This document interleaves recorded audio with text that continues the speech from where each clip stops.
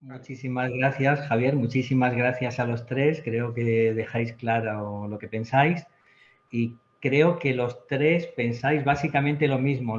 María Ángeles defiende la nueva ley, Carlos y tú no. Pero bueno, básicamente vuestra postura es bastante similar, ¿no? Se me ¿No? permite decir una cosa. Sí, sí, Los claro. tres hemos insistido en una idea peculiar y es, una cosa es el cambio de ley y otra cosa es el cambio de educación. Entonces, si coincidimos en eso, entonces la ley no vale. Porque el único principio de legitimidad que tiene la ley es cambiar el sistema educativo y, por tanto, cambiar las intervenciones educativas. Claro que sí. Sí, Si nuestra definición... Claro, si se lograse realmente lo que dices, claro, o sea, cambiar todo el sistema educativo, que realmente la escuela, la educación, lo que dices, Javier, fuera lo primero. Pero todo, no solo los profesores, porque absolutamente toda la tribu entera educa. La sociedad, un telediario, el camarero, el taxista, el pediatra, sí, el médico, claro, todos. Claro. Sí, Claro. pero no es esa la cuestión. La cuestión es que la escuela tiene que interiorizar eso. Y entonces ser consciente de cuáles son sus limitaciones. Y de ahí derivará el que no se le exija lo que no puede conceder. No, claro. Un ejemplo tonto, un ejemplo tonto. La escuela es un dispositivo educativo de sociedades sedentarias. Ninguna sociedad nómada tiene escuela. Ninguna. Por razones obvias, ¿no? Por razones obvias. ¿Quiere esto decir que no educan? No, claro que no. Claro que educan. Porque todas las sociedades reproducen, sí. Y solo una cosilla. Y nosotros tenemos alumnos nómadas. Simplemente yo a veces me acuerdo mucho de mi abuela, que en paz descanse. No era mujer de mucha instrucción, pero era una mujer de profunda sabiduría. Y me decía cosas como, por ejemplo, hijo mío, con estos bueyes hay que arar. Oye, y yo me la aplico mucho a mi profesión. Me cambian una ley, me ponen otra, me hacen la otra, ahora otra nueva ley orgánica. Viene el monstruo devorador de leyes orgánicas educativas, el cambio de gobierno, y otra nueva. Pero yo sigo arando. ¿Por qué? Porque lo que me importa es la formación de mis alumnos, la instrucción de mis alumnos, el transmitirles el conocimiento. Porque a través del conocimiento, de la geografía, de la historia, que les explico, que les digo, serán alumnos con espíritu crítico, serán alumnos creativos, serán alumnos con capacidad de comunicación. Eso que está ahora tan de moda en las competencias, pero yo sé dónde está la clave, de que ellos puedan desarrollar esas competencias que ahora están de moda, que siempre han existido. Ahora se las llama así, antes se las llamó asao, luego se las llamará acuyá, me es igual. A mí lo que me importa es darles esos conocimientos. ¿Para qué? Pues para que las vayan adquiriendo. Y eso es lo que, bueno, me acuerdo mucho de mi abuela. Y Javier, efectivamente, el profesor manda en su aula, no en el sistema, no en la organización, no en las decisiones. Pero a mí en mi aula me dan las leyes, me dan las programaciones y tal. Bueno, ahora yo voy a explicar la historia. Ahora voy a dar yo clase de geografía y me vais a hacer este climograma y me vais a hacer esta pirámide de población y os voy a hacer un esquema de un eje cronológico de toda la Edad Media española. En mi aula mando yo e instruyo a los alumnos. Y eso, menos mal, no nos lo pueden cambiar a los docentes, porque estoy totalmente de acuerdo contigo. No somos expertos educativos, somos docentes. Y ahí sí mandamos en la docencia nuestra. Esa es nuestra parcelica. Que la cuidemos y que la cultivemos bien. Con estos bueyes hay que arar. Sí, y es con esos bueyes, yo os he dicho, dentro de un año o dentro de 10 seguiremos dando clase. Sí. Y lo único que nos da esa gran satisfacción es la vocación que tenemos, las ganas, por eso, por difundir y por llevarlos a todos nuestros conocimientos. Y es que da igual lo que digo, esta ley educativa o las que vengan o las pasadas y tal. Entonces, ¿sabéis lo que más estamos nosotros. Perdona, ¿sabéis lo que más puede motivar a un alumno adolescente de 15 años a aprender? ¿Qué es lo que más le puede motivar a aprender a un alumno de 15 años adolescente? Lo que más le puede motivar a aprender es un profesor motivado a enseñar. Eso es lo que más puede motivar. La pasión docente, exactamente. A veces ni lo logramos, pero ahí está la clave. No, y tanta pasión, lo que tú dices, Carlos, exacto, que hasta definimos vocaciones, porque les descubres ese universo, tu materia, tu parcela, que les enganchas de tal manera que dices, yo quiero ser esto, yo quiero dedicarme a esto, hasta su futuro profesional muchas veces lo definimos o lo encauzamos los profes con esa pasión, por esa transmisión de los conocimientos. Y eso está de verdad muy alejado de toda esa burocracia, de toda esa legislación del día a día que damos en el aula, la verdad. Bueno, yo clarifico vocaciones por vía negativa. Mis alumnos me ven y dicen, no, yo no quiero hacer lo que haces También. tú. Sí, funciona más por ahí. De todos modos, Carlos, yo no me expresé bien. No es que yo no sea un experto educativo porque soy docente. Al revés, solo porque soy docente soy experto educativo.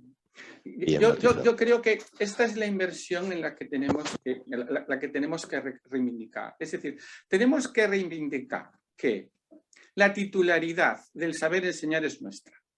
Sí. Eso es lo que tenemos que reivindicar. Pero las leyes lo que hacen es conculcar, porque nos imponen un saber que es ajeno a nuestra praxis educativa. Y por eso generan una transferencia de desconfianza, puesto que lo que constatamos es que nosotros no somos reconocidos socialmente como los portadores de aquello que hacemos. Este es el problema. Esto es un problema gravísimo, no es una cuestión menor. Fíjate, en todos los ejemplos que pusiste antes, de yo mando en el aula y entonces mis alumnos hacen esto y esto. Vale, muy bien. ¿Sabes lo que hiciste? Mencionaste lo que en esta ley se llama saberes básicos, ¿no? Saberes básicos. Saberes básicos. ¿Qué es nuestro terreno? Ese es nuestro terreno. Pero en la ley los saberes básicos están desindexados de todo lo demás, están meramente relacionados. Y a nosotros se nos obliga, mira, yo hablando con expertos educativos, en fin, alguna vez he tenido ocasión de hacerlo, ¿no? Yo propongo el siguiente experimento. Cojamos a 10 profesores, planteémosle trabajar 10 saberes básicos. Y vamos a pedirle, por separado, que ponderen el peso que eso que hemos hecho tiene en la adquisición de las competencias específicas de la materia. Después, en las competencias clave. Y después, la indexación, su peso en relación a los objetivos de etapa. ¿Creéis que tendríamos 2 respuestas iguales? No tendríamos 2 respuestas iguales. Entre otras cosas, porque el número de variables... Yo tengo esto se lo pregunté a mi departamento de matemáticas que se negó a hacerme el cálculo de combinatorias posibles, porque nos vamos a 10 elevado a... Y estamos hablando aquí cifras de más de 14 ceros, ¿no? Sí, esto es un disparate metodológico. Porque es un precio... Imagínate que le tienes que explicar a un padre que su hijo suspende, porque en función de los saberes, en fin, todo esto que acabo de decir. Bueno, hombre, esto es una tomadura de pelo. Esto es totalmente arbitrario, es totalmente opaco. El sistema... ¿Qué es lo que hemos hecho? Esta ley, no la habéis mencionado, pero sí quiero hacer una hincapié en ello. Esta ley ha introducido algo curiosísimo. Ha dicho, estándares de aprendizaje pasan de prescriptivos a orientativos. ¿Qué es eso? Eso es cargarse el diseño curricular base. Sí. Eso es decir, mire, nosotros no nos atrevemos a establecer un mínimo de adquisición de conocimiento de las materias en curso como criterio para promocionar. No nos atrevemos. Claro, y eso está muy bien, pero ese es el único principio homogeneizador de la enseñanza que teníamos. El carácter prescriptivo de los estándares de aprendizaje.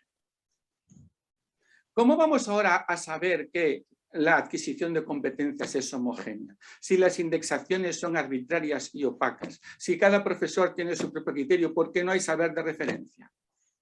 Hombre, no, esto es una... A ver, Ángeles y Carlos, esto es una broma metodológica. Si nosotros podemos seguir... ¿Qué es lo que pasa? Que nosotros nos amparamos en lo que acabamos de decir. Allá la ley, allá la ley. Ya haremos nosotros lo que nos parezca. Pero esto es trágico, coño. Lo que estáis diciendo es que el Ministerio de Educación no sirve para nada. Eso es lo que estáis diciendo. Ya, la cosa es que, por ejemplo, claro, mañana es jueves y a las 10 toca dar, pues, lo que decía Carlos, hoy tocan kilogramas, sí, pues yo mañana tengo todos. que explicar.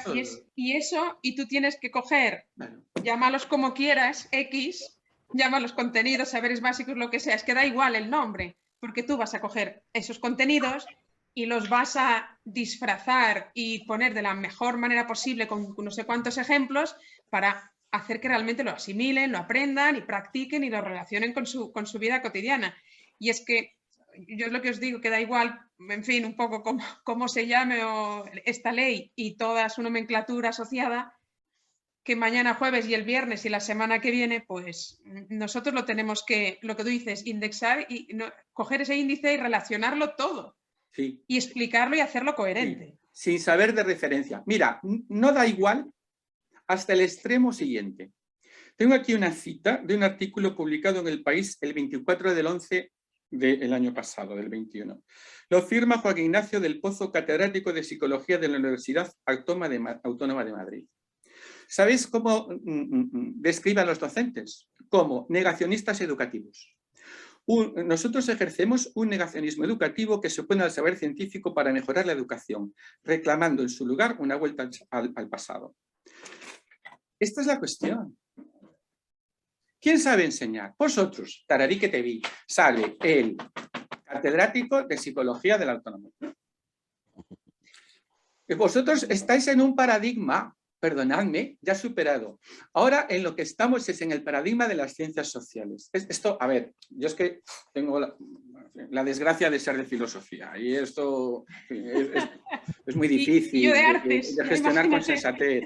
Pero esto tiene un nombre. Esto se llama la colonización científico-tecnológica del mundo de la vida.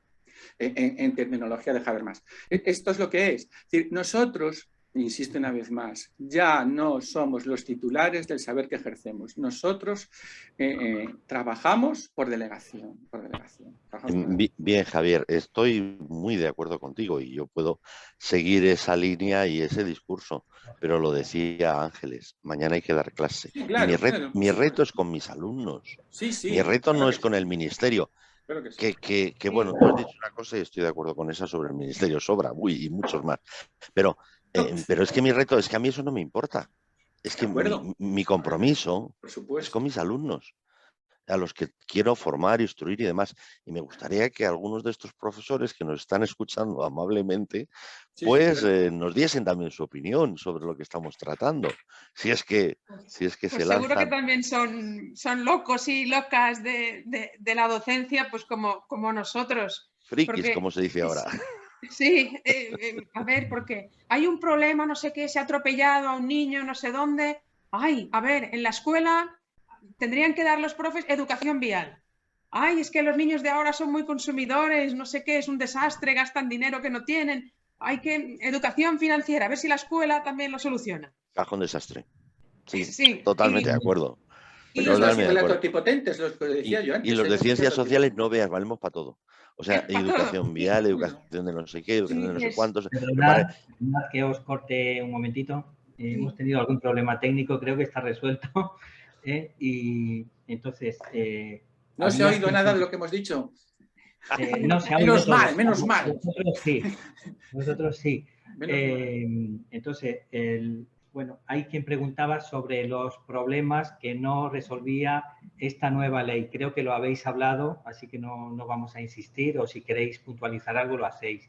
Y había otro profesor, he perdido la pregunta, que decía que los idiomas no se pueden...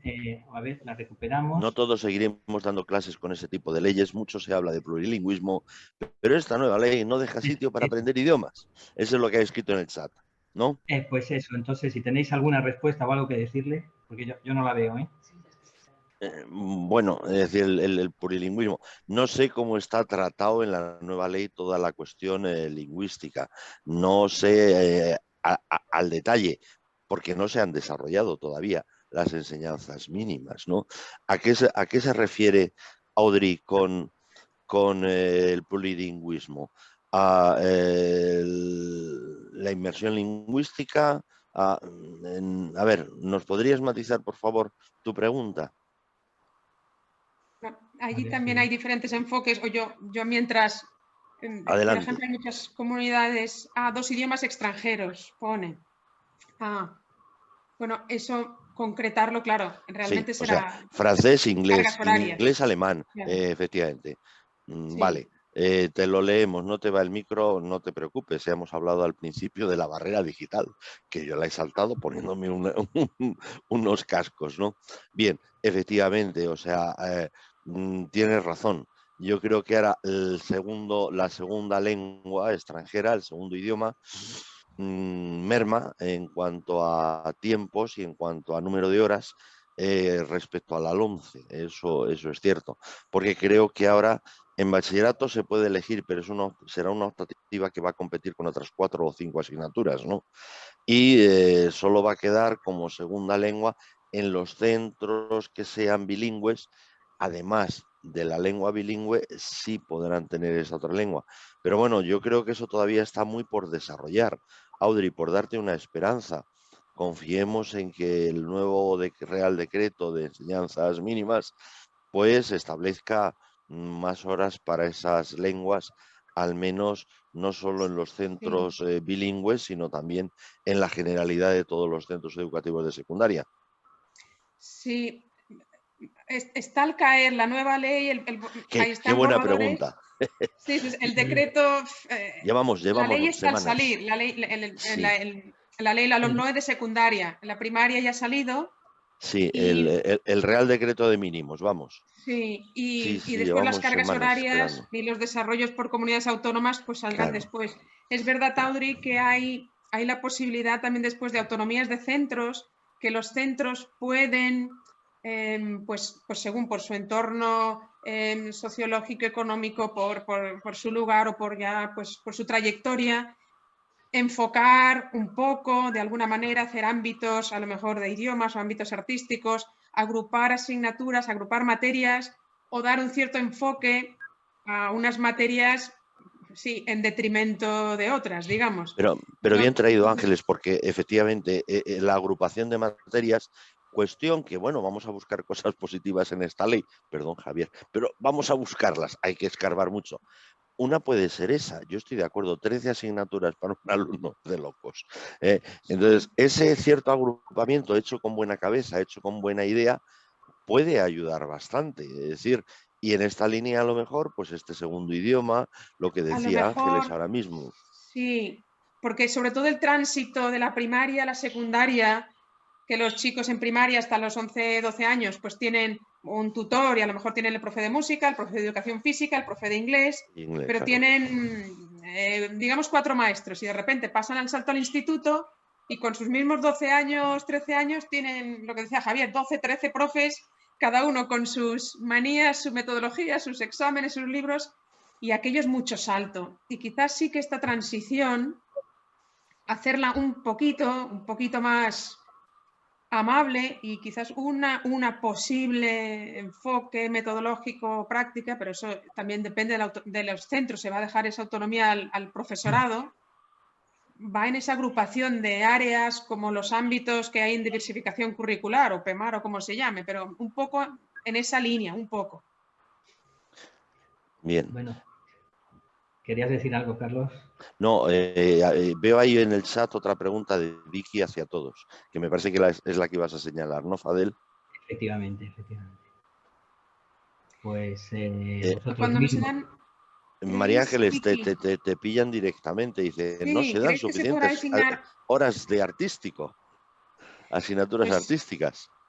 Pues mirar, bueno, por ejemplo, yo trabajo en la Comunidad de Madrid y sabéis aquí que, por ejemplo, en muchos centros que son bilingües en inglés, bilingües en francés o bilingües en alemán, las asignaturas artísticas suelen ser las que son casi de obligado docencia en ese idioma. Por ejemplo, pues la música en inglés, expresión plástica en inglés o en francés o en alemán. Historia. Claro que eso es querer hacer el 2 por 1. Y en fin. Historia en inglés o en francés. Y O en después alemán. también, claro, a ver, o ciencias naturales, ciencias Pero bueno. sociales, incluso historia, pero historia de España en inglés, pues Vamos, no, no. ya te Y ahí contaría yo ese, anécdotas.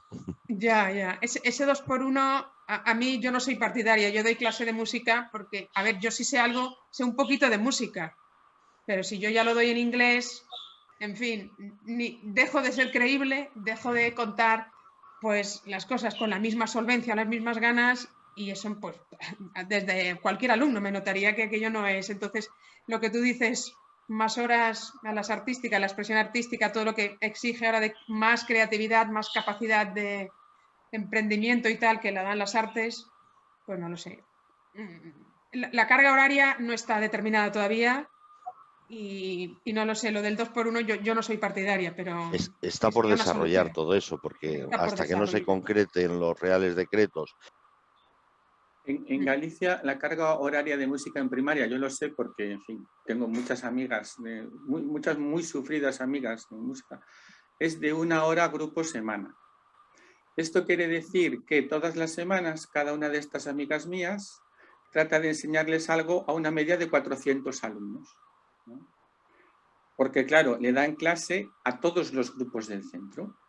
Es un disparate de tal calibre que, bueno, en fin, es que el sistema educativo puede con todo. O sea, lo de la enseñanza de música en este país, que tenía que ser la columna vertebral de la enseñanza primaria, ¿no? La música.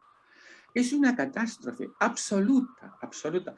Yo tengo un caso de una de estas amigas mías que quiso evaluar por competencias a los 400 niños. Pobre, agarró una depresión que estuvo un mes de baja. Y esto es estrictamente cierto, no es una broma. Yo recuerdo, porque antes de coger la depresión me preguntó a mí qué podía hacer. Yo le dije, miente, filliña, miente. Esto hay que mentir. Pero ¿en qué cabeza? Uno de los... Porque, claro, como no construimos el saber de abajo arriba, este es el problema, no construimos el saber de abajo arriba. Entonces, las leyes son compatibles con situaciones educativas que son un esperpento. Y es lo que son, un esperpento. Entonces, estas pobres rapazas, ¿qué van a enseñar? ¿Qué es esto de personalizar una enseñanza con 400 alumnos? Fijaros una cosa, el debate sobre ratio siempre se hace sobre ratio de alumno a aula. Nunca se hace sobre el cómputo global de estudiantes que tú tienes a disposición. Pero esto es una cuestión fundamental. No es lo mismo dar la clase a 300 niños que a 100. Darle clase a 400 alumnos es imposible. Es imposible. Ya, esas cargas horarias que dices, claro. Me pasan una pregunta. Pero solo una cosilla. En las cargas horarias están los procedimientos. Porque solo si la carga horaria de las materias, sean unas o varias, exceden de las 3 horas semanales, entonces se puede hacer un trabajo procedimental. Si no, es imposible. Porque el trabajo procedimental es muy educativo, pero es mucho más lento. Es mucho más lento. Entonces, si un niño tiene 30 bloques a la semana y por debajo de 3 no hay intervención educativa, hay trabajo educativo serio, entonces las cuentas son las cuentas. 7 asignaturas, 8 asignaturas máximo. Y todo lo demás es retórica. Volvemos a la retórica. Todas las intervenciones de 1 hora, todas las clases de una hora, que no son 1 hora, que son 50 minutos, que esa es otra. Nada, son píldoras que no sirven para nada. Es perder el tiempo. Sería mucho mejor en primaria, 1 año, 5 horas, 5 bloques semanales, que estas píldoras así, todos los cursos, que son ridículas. Es ahí donde se juega la cuestión. Se juega en la carga curricular de las materias. Y entonces, ahí es cuando se puede rendir cuentas. Y se nos puede decir, oiga, usted investigue. Claro, si usted me da 6 clases semanales, entonces yo investigo lo que sea. Claro, esta es la cuestión. Pero si me da 2, no. ¿Qué voy a hacer? ¿Qué quiere usted que haga? Pero si entre una clase y otra pasan 5 días, si hay la huelga de turno pasan 15. Pero eso tiene que ver con no construir el saber de abajo arriba. Esa es la cuestión. Por eso no es irrelevante el hecho de que las leyes de educación hagan expertos educativos que no tienen experiencia docente y que no se cuente con nosotros como una interlocución necesaria. Eso es dramático, porque se generan situaciones como, por ejemplo, el caso de la música en primaria, que son esperpentos educativos. Insisto una vez más, esperpentos. Si tuviésemos... Nos falta un poco de orgullo profesional también, a veces para decir, mire, esto no, porque esto no es de recibo. Algunos hemos chillado mucho, ¿eh? Pero bueno. Sí. Sí. Os voy a pasar una última pregunta y luego, si queréis, para cerrar, porque ya llevamos más de una hora, os dejo un minuto, minuto y medio a cada uno de vosotros para cerrar esta sesión, ¿no? Entonces, si acaso, antes empezamos por María Ángeles, ahora podríamos empezar por Javier, Carlos, y cierras tú, María Ángeles, para ser justos, ¿no? Entonces, la última pregunta es si tenéis alguna información sobre primer y segundo ciclo de infantil, porque si os parece una locura 13 asignaturas en secundaria, imaginaos 8 competencias por X saberes, por X logros, con niños de 0 a 6 años. Y sobre todo teniendo en cuenta que el número de alumnos sea el mismo de 2 años que de 10. Mira, no tengo ni idea, pero se me ocurre una respuesta inmediata. Lo ha dicho Javier antes. Oye, que hay que hacer eso y tal. Engaña. Y luego dedícate a tus niños. Ahora que no nos oye nadie, ¿verdad? Es que, vamos... Creo que unos cuantos. Sí. A ver, yo estoy con Carlos. Yo miento en todos, en todos los documentos que se supone que describen mi actividad profesional, miento sistemáticamente. Porque estamos en una situación muy curiosa. La única forma de racionalizar la educación es prescindiendo de la ley. Esto es lo simpático del asunto. Solo porque incumples la ley, la educación funciona. Bueno, no sé si, vamos con el colofón. Sí, tu minuto. El colofón. Yo animaría a los docentes a ejercer su orgullo profesional, a tratar de promover y de exigir que el saber enseñar se construya de abajo arriba, considerándonos a nosotros interlocutores necesarios en las políticas educativas. Este sería mi mensaje, nada más. Atenerse a la realidad, mirar la realidad de los hechos, mirar la realidad. Pues... Una cuestión de modestia. Mi minuto, como siempre, a mi querida abuela. Con estos bueyes hay que arar. Entonces quería lanzar un mensaje esperanzador. Efectivamente, el orgullo profesional, totalmente de acuerdo contigo, Javier, pero mi mensaje esperanzador a los profesores es que no hay ningún sistema educativo de más calidad que la calidad de sus profesores. La clave está en nosotros. Y ahí es donde yo me afianzo en nosotros, que hacemos libros como los de Aeon, con esas 12 unidades, que no están hechos en el despacho, que yo esas clases las he dado desde hace años y luego las he recogido en unidades didácticas, pero ningún sistema educativo va a ser nunca mejor que la calidad de sus profesores. Este sería mi mensaje, y animar a todos los docentes que nos escuchan y que nos escucharán más adelante. Muchísimas gracias, María Ángeles.